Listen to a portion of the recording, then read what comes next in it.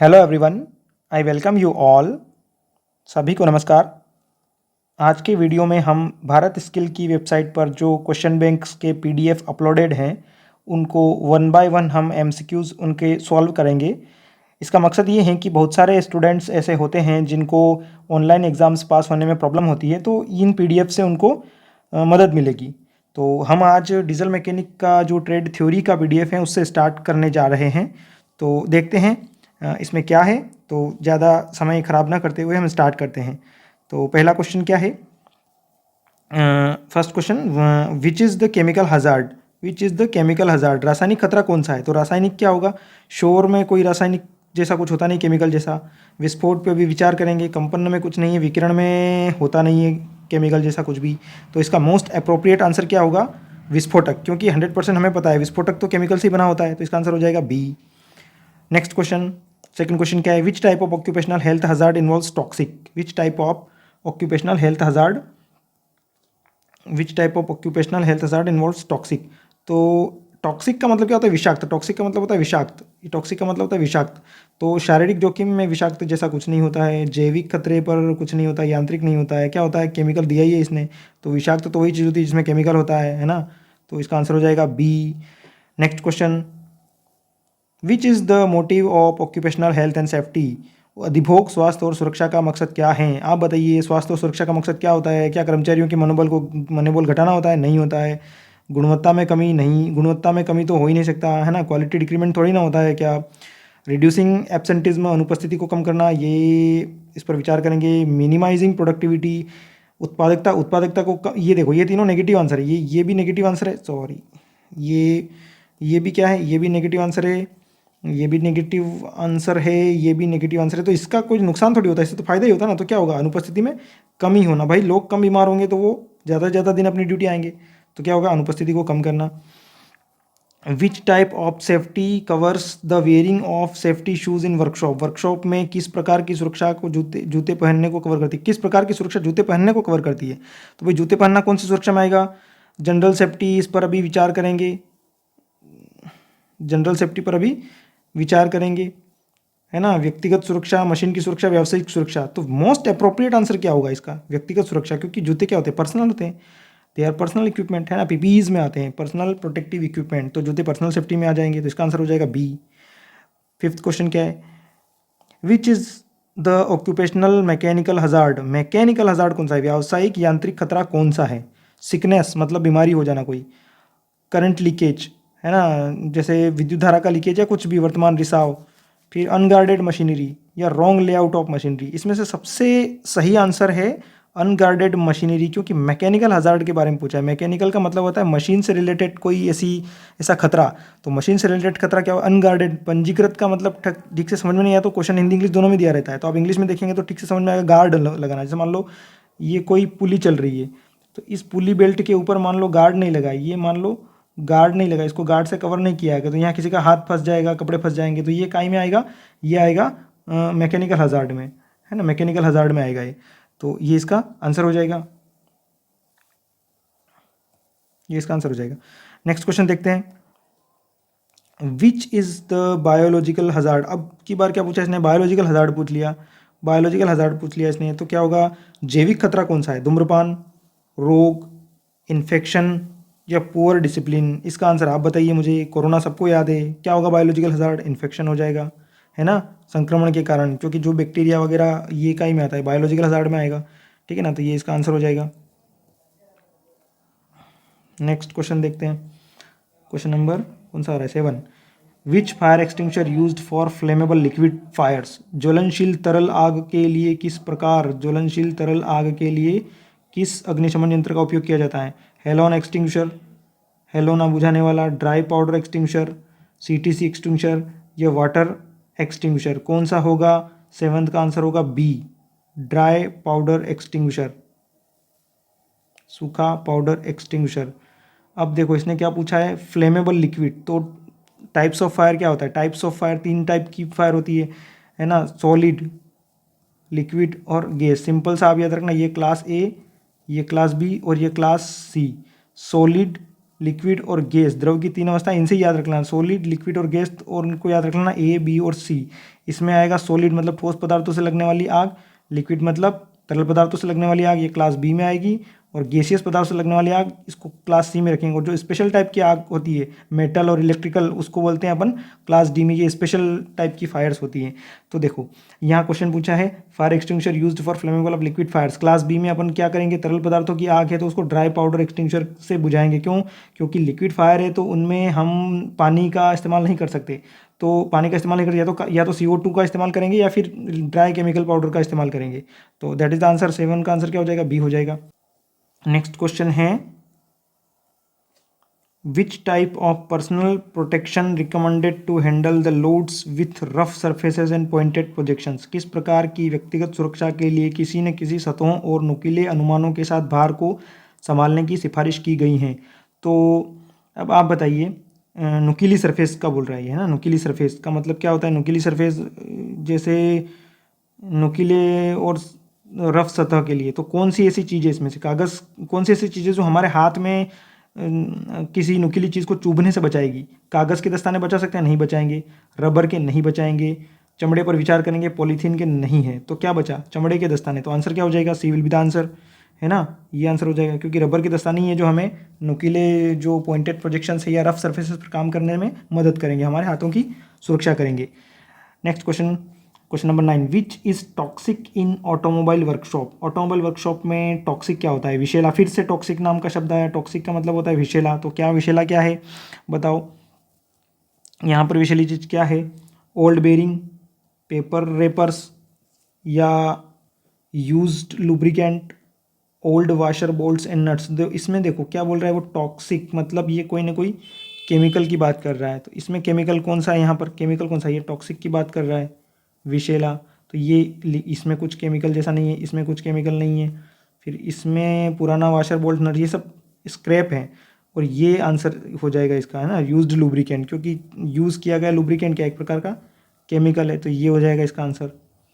फिर most harmful in place of harmful, जो मानव स्वास्थ्य के लिए हानिकारक है, ऑक्सीजन मानव स्वास्थ्य के लिए हानिकारक है, नहीं, ऐसा तो हो ही नहीं सकता कि ऑक्सीजन ही हानिकारक होगी, तो फिर है ना वाटर वेपर नहीं हो सकती, कार्बन डाइऑक्साइड या कार्बन मोनोऑक्साइड, इनमें से सबसे जो पॉल्यूटेंट की गिनती में आता है, कार्बन डाइऑक्साइड तो हम आदान प्रदान ही करते हैं उसका वायुमंडल से, है तो हानिकारक है, लेकिन ये सबसे ज़्यादा डेंजरस है कार्बन मोनोऑक्साइड, तो आंसर क्या हो जाएगा इसका, कार्बन मोनोऑक्साइड, ठीक है, option will be D correct option, ठीक है ना।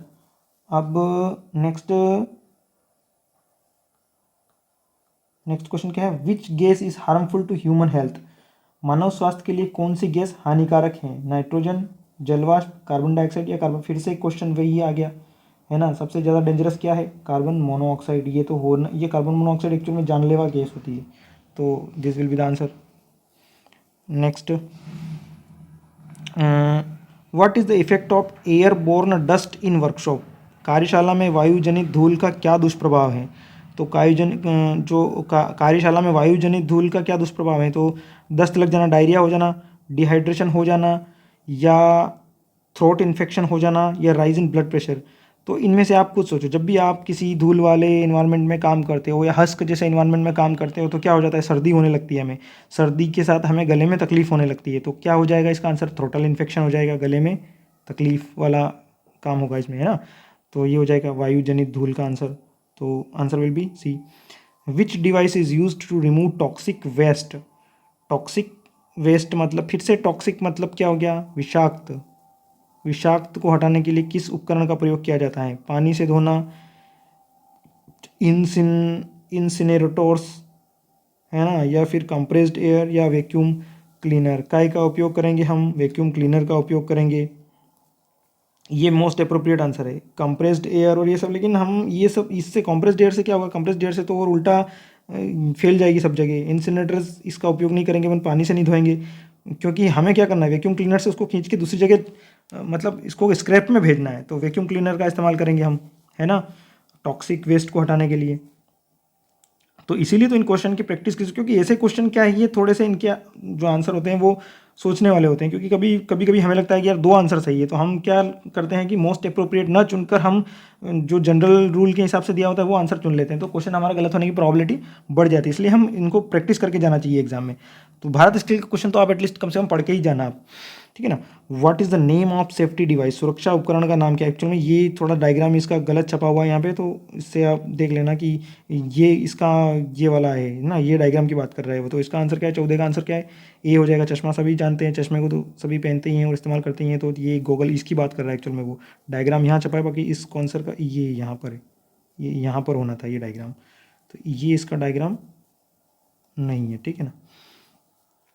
Next question, which distance is known as wheel base of the vehicle. ये इसका जो डायग्राम है वो ये यहाँ दिया है, ये यहाँ पर दिया है। इस क्वेश्चन का डायग्राम ये यहाँ पर दिया है। तो व्हील बेस क्या है बताइए आप, व्हील बेस क्या है। तो centre to centre distance between, वाहन क्या बोल रहा है, किस दूरी को वाहन का पहिए का आधार कहा जाता है। व्हील बेस क्या है, तो देखो centre to centre distance between front wheel, सामने पहिए के बीच के केंद्र की दूरी। एक तो दो तरह की डिस्टेंस आपको दिख रही है। एक तो इस वाला डायग्राम में आप देखना, एक सेकेंड इसको ना मैं थोड़ा सा क्लीन कर देता हूँ। इसका आंसर रुको, इसको ना, इसको डायग्राम को इस तरह से बनाओ। अरे यार, ये इसका आंसर है, इसका आंसर है। तो अब इसमें देखो, एक तो हमें दिख रहा है क्या, एक तो ये वाली डिस्टेंस दिख रही है, इसको मान लो मैं ए बोल देता हूँ, और एक ये वाली दिख रही है, इसको मैंने बी बोल दिया। तो अब ये क्या बोल रहा है, किस डिस्टेंस को हम बोलेंगे व्हील बेस। व्हील बेस किसको बोलेंगे, centre to centre distance between front wheels. तो ये centre to centre distance between front wheel, तो फ्रंट व्हील में सेंटर टू सेंटर डिस्टेंस ये होती है क्या, व्हील बेस। फिर centre to centre between rear wheels, तो ये एक इस डिस्टेंस की बात कर रहा है क्या, ये वाली होती है क्या, ये होती है क्या। फिर क्या बोल रहा है ये, centre to centre distance between front and rear wheels, क्या इसकी बात कर रहा है क्या वो, क्या ये इसका आंसर हो सकता है क्या, है ना।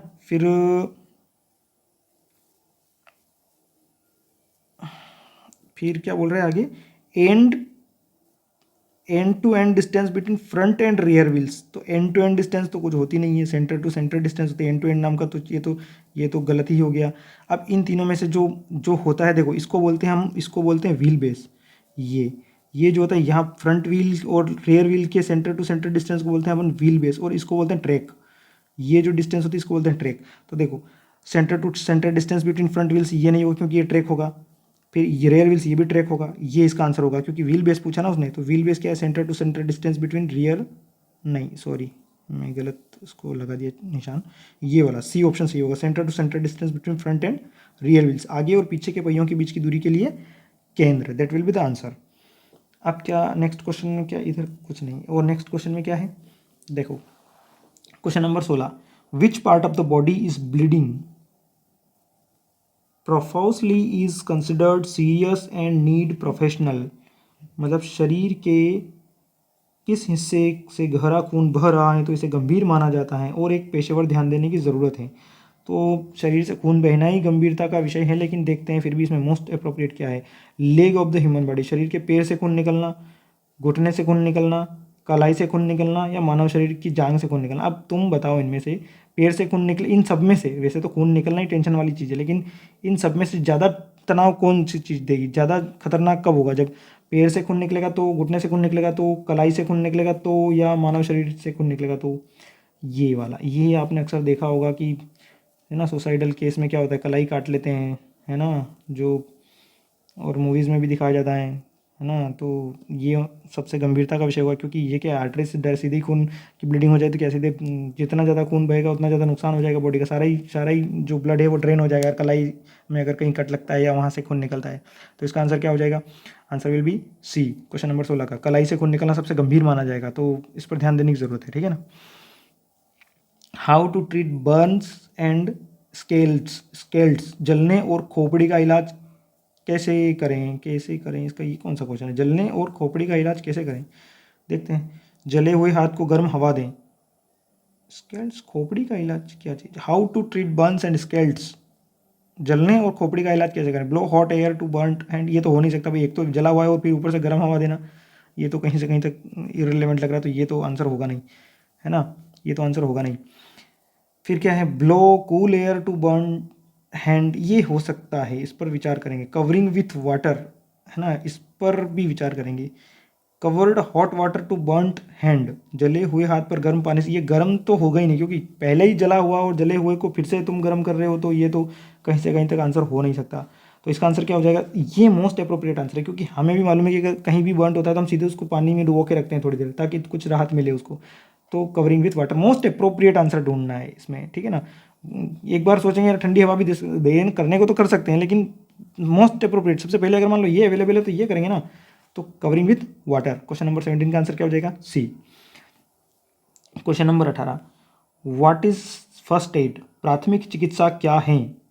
प्राथमिक चिकित्सा क्या है? फर्स्ट एड का मतलब जानते हो? फर्स्ट एड का मतलब ये होता है कि हमारे घर में जैसे मान लो कि छोटी मोटी चोट के लिए कुछ सामान रखे होते हैं, जैसे टिंचर आयोडीन हुआ या डेटॉल हुआ, या मलहम पट्टी करने के लिए कोई एक एंटीसेप्टिक कुछ क्रीम वगैरह रखी होती है तो उसको बोलते हैं फर्स्ट एड, या बैंडेज रखी होती है तो उसको बोलते हैं फर्स्ट एड के इक्विपमेंट। तो प्राथमिक चिकित्सा क्या है? अरे, प्राथमिक चिकित्सा क्या है? तो it is the emergency medical treatment, यह इमरजेंसी मेडिकल ट्रीटमेंट विचार करेंगे इस पर। आपातकालीन चिकित्सा उपचार, it is an immediate life saving treatment, क्या है? तत्काल जीवन रक्षक उपचार है। It is the intensive medical treatment, क्या है? गहन चिकित्सा उपचार है। It is the rule to assessing the treatment, यह उपचार का आकलन करने का नियम है। तो आप ही बताओ ये क्या करता है, ये क्या करता है? ये इमीडिएट लाइफ सेविंग ट्रीटमेंट, क्योंकि हमारे पास जब कुछ अवेलेबल है ही नहीं तो हम क्या करेंगे? सबसे पहले तो उसको ऐसा कुछ ट्रीटमेंट करेंगे कि वो हॉस्पिटल तक पहुंच जाए। तो इमीडिएट लाइफ सेविंग, तत्काल जीवन रक्षक की भाई उसको उस टाइम पर कैसे कंजर्व किया जाए, एट अ टाइम, जैसे इंजरी हुई, जैसे चोट लगी तो हम क्या करेंगे? जो जो भी अवेलेबल हो, चाहे कपड़ा हुआ, चाहे हमारे पास मलहम पट्टी, जो भी अवेलेबल हुआ, हम उसको बचाने के लिए ट्रीटमेंट करेंगे। तो that is the immediate life saving treatment, मतलब यह जीवन का एक तत्काल, यह एक तत्काल जीवन रक्षक उपचार है। तो इसका आंसर हो जाएगा बी, है ना। क्वेश्चन नंबर 18 का आंसर हो गया बी। अब देखते हैं 19, what will you do if an electric shock victim unable to release his grip from the conductor, मतलब यदि कोई बिजली का झटका पीड़ित कंडक्टर से अपनी पकड़ छोड़ने में असमर्थ हैं तो आप क्या करेंगे? मान लो कोई तार से चिपक गया, करंट के तार से, तो हम क्या करेंगे? तो वो छूट ही नहीं रहा, उसका हाथ ही नहीं वहाँ से अलग हो रहा है, तो फिर इस केस में हम क्या करेंगे? देखते हैं। Make sure the power is turned off, सुनिश्चित करें कि बिजली बंद है। Cover all burns with dry loose dressing, एक सूखी ढीली ड्रेसिंग के साथ सभी जले को कवर करें। फिर क्या है? Place the victim one another side with hand down, पीड़ित को सिर के नीचे एक तरफ रखें। Ask bystander to help you to move the victim, पीड़ित को स्थानांतरित करने में आपकी मदद। अब देखो इसमें क्या है, इसमें ये जितने भी सारे दिए हैं, ये सब दिए हैं, कब दिए हैं? जब वो छूट जाए हाथ उसका। लेकिन क्या बोल रहा है वो? इलेक्ट्रिक शॉक से उसका हाथ रिलीज ही नहीं हो पा रहा है, ग्रिप ही नहीं छोड़ पा रहा है कंडक्टर, जो जिस करंट से उसको झटका लगा है वो करंट उसको छोड़ ही नहीं रहा है। तो ये अगर छोड़ देता तो भाई ढीली ड्रेसिंग कर देंगे, सिर के नीचे जो भी रख देंगे, या मदद करने के लिए पूछेंगे कब? जब उसका हाथ अलग हो जाए। तो ये तो आंसर होंगे नहीं, सारे जो क्वेश्चन पूछा है उसके आंसर नहीं होंगे। तो क्या करेंगे? सबसे पहले तो हम ये देखेंगे कि भाई करंट का स्विच बंद है कि नहीं है। तो make sure the power is turned of, सबसे पहले बिजली की सप्लाई बंद करेंगे। अगर हमारे आसपास कहीं नियर अबाउट उसका कनेक्शन है या स्विच दिख रहा है तो सबसे पहले हम बिजली बंद करेंगे। नेक्स्ट क्वेश्चन क्या है? Which class of fire involves liquefied gas, मैंने अभी बोला आपको 3 चीज़ें याद रखना है। क्या याद रखना है? सॉलिड, लिक्विड, गैस, ए, बी और सी। क्या पूछ रहा है वो? लिक्विफाइड गैस पूछ रहा है। लिक्विफाइड गैस का आंसर क्या हो जाएगा?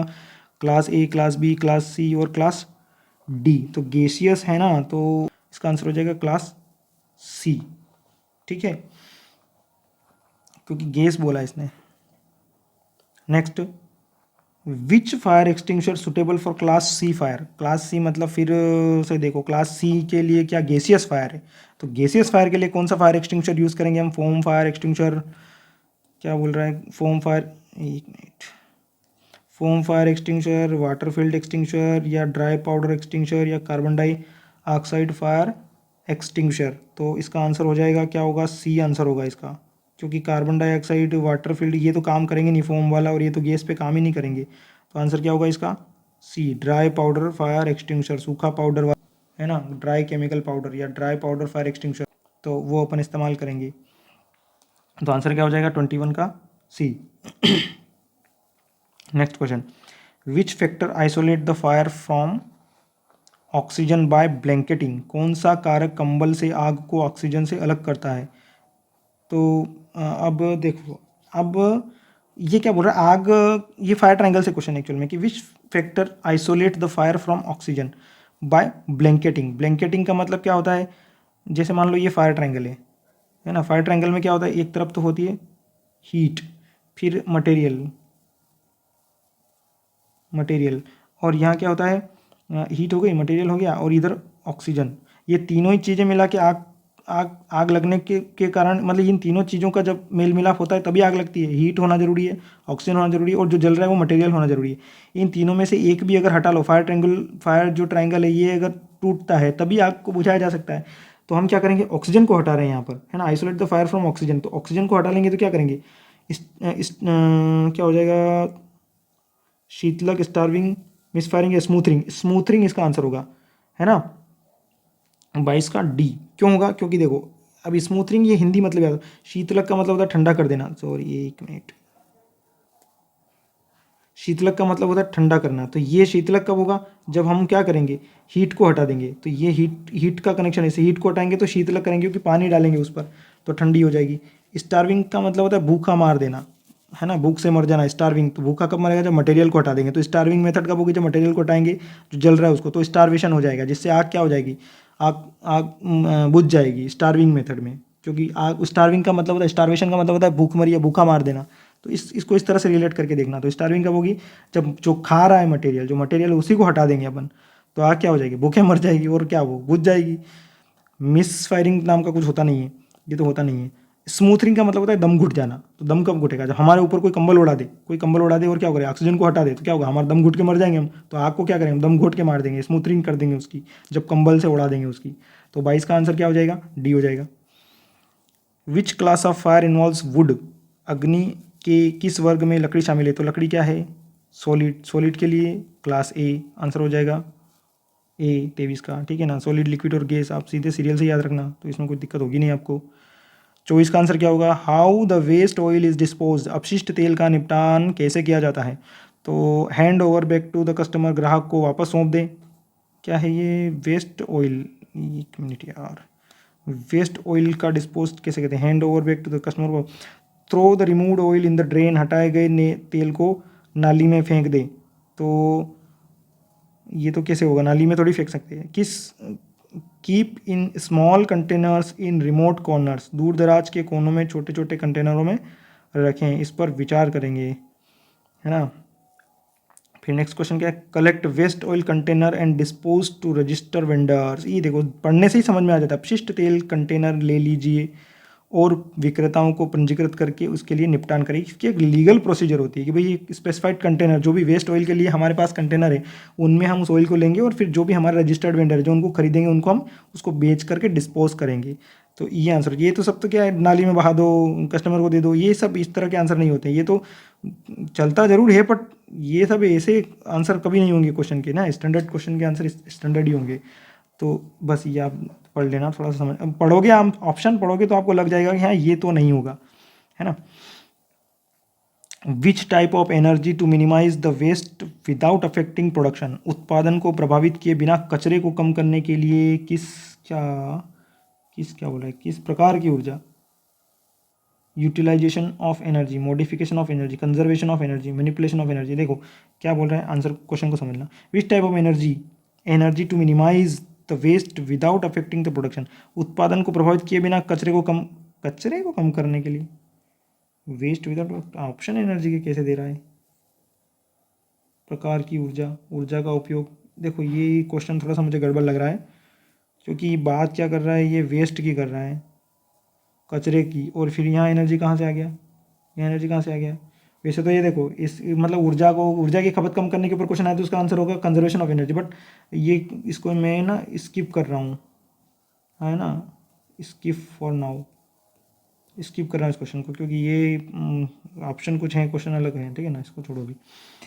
What type of energy reduce consumption by replacing old bulb with new LED. नए, हाँ अब ये इसका ये ऑप्शन यहाँ पर फिट बैठते हैं इसके ना, इसके ऑप्शन ये हैं, ये सारे ऑप्शन। तो ये देखो इसमें दे रखे, नए बल्ब के साथ पुराने बल्ब को बदलने की किस प्रकार की ऊर्जा खपत कम होती है। तो utilization of energy, modification of energy, manipulation of energy या कंजर्वेशन। तो ये क्या होता है, अपन क्या कर रहे हैं, एनर्जी कंजर्वेशन कर रहे हैं, ऊर्जा का संरक्षण कर रहे हैं, ऊर्जा को बचाएंगे ना एलईडी बल्ब लगा के। तो ऊर्जा की खपत को कम कर देंगे, तो इसका आंसर हो जाएगा conservation of energy. Next question, question number 27, which is the major energy conservation opportunity. Major मतलब सबसे ज़्यादा एनर्जी कंजर्वेशन अपॉर्चुनिटी कहाँ होगी, तो ऊर्जा संरक्षण के प्रमुख अवसर बोल रहा है ना। स्टॉपिंग ऑफ लीकेजेस, लीकेज को रोकना, छोटे मोटे सेविंग होते हैं, लीकेज को रोकना। रिप्लेसमेंट ऑफ मशीनरी, इस पर विचार करेंगे कि ये आंसर हो सकता है। Replacement of house hold appliances, ये भी माइनर में आता है। लेप्स इन हाउसकीपिंग, ये सब क्या है,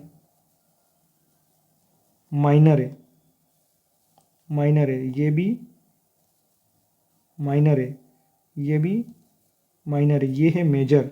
तो इसका आंसर ये हो जाएगा रिप्लेसमेंट ऑफ मशीनरी, क्योंकि हैवी मशीनरी को अच्छी मशीनरी से रिप्लेस करेंगे जो कम पावर रेटिंग वाली होगी।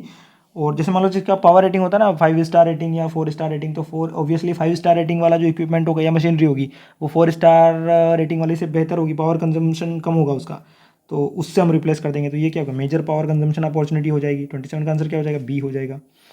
फिर 28 का, विच type of energy conservation comes under the replacement of old machineries. ये वही अभी मैंने बोला, मेजर जो होगा मशीनरी को रिप्लेस कर देना, मतलब छोटी मोटी बात तो है नहीं, मशीनरी को रिप्लेस कर देना क्या होगा, बड़ी बात होगी, मेजर हो जाएगा ये। तो इसका आंसर क्या हो जाएगा, मेजर एनर्जी कंजर्वेशन अपॉर्चुनिटीज़। फिर नेक्स्ट क्वेश्चन क्या है, which type of energy conservation opportunity involves stopping of water leakages point. तो किस प्रकार के ऊर्जा संरक्षण अवसर में जल रिसाव के बिंदुओं को रोकना शामिल है। तो जल रिसाव को रोकना कहीं में आएगा, जल रिसाव को रोकना minor energy conservation, major energy conservation, medium conservation energy, या extra major energy conservation opportunity. क्या हो जाएगा इसका आंसर, ये तो देखो पानी के रिसाव को रोकना मतलब ये मेजर में तो नहीं आएगा, ये माइनर होगा, है ना। इसका आंसर हो जाएगा ए, 29 का ए आंसर हो जाएगा, माइनर एनर्जी कंजर्वेशन अपॉर्चुनिटीज़। कितनी बड़ी मतलब उससे सेविंग होगी, तो मेन तो मशीनरी होता है, ठीक है ना, हैवी मशीनरी, उसको मेजर एनर्जी कंजर्वेशन में शामिल करेंगे। Which is medium energy conservation, which is medium energy conservation opportunities, मध्यम ऊर्जा संरक्षण के अवसर कौन से हैं। तो मीडियम में क्या आ जाएगा, house keeping, stopping of water leakages, renovation of old building, replacement of existing household appliances. मध्यम ऊर्जा संरक्षण के अवसर कौन से हैं, गृह व्यवस्था, विचार करेंगे, गृह व्यवस्था, पानी के रिसाव को रोकना, पुराने भवन का नवीनीकरण, या मौजूदा हाउस होल्ड उपकरणों का प्रतिस्थापन। क्या होगा इसका answer, answer will be D होगा, replacement of existing household appliances. Medium है तो अब ये थोड़ा सा क्वेश्चन आपको पढ़ के जाना पड़ेगा और तो कुछ याद भी रखना पड़ेगा कि भाई हाउस होल्ड काय में आएगा, हाउस होल्ड उपकरणों को चेंज कर देना, रिप्लेस कर देना, ये काय में आएगा, मीडियम एनर्जी कंजर्वेशन में आएगा। तो 3 टाइप के एनर्जी कंजर्वेशन होते हैं जो सिलेबस में और बुक में दिए भी हैं, है ना, तो उसके बारे में आपको पढ़ना ही पड़ेगा। जो जहाँ जहाँ ज़्यादा एनर्जी सेविंग हो सकती है वो होते हैं मेजर एनर्जी कंजर्वेशन, है ना। फिर जहाँ जहाँ भाई छोटा मोटा कहीं लीकेज या कुछ रिसाव वगैरह रोक देना, ये होता है माइनर, ये होता है माइनर एनर्जी कंजर्वेशन। और जो इन दोनों के मीडियम, तो देखो बीच का वाला जो भी होगा मीडियम